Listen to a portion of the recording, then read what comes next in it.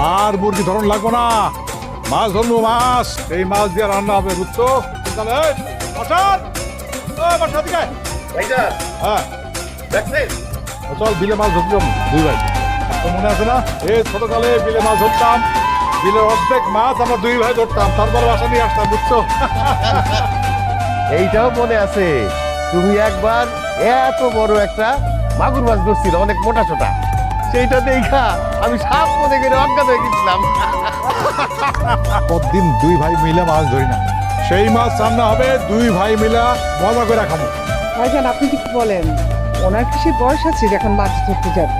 না না, মাছ ধরার কোনো বয়স লাগে না, সবাই মাছ ধরতে যাও, চলো।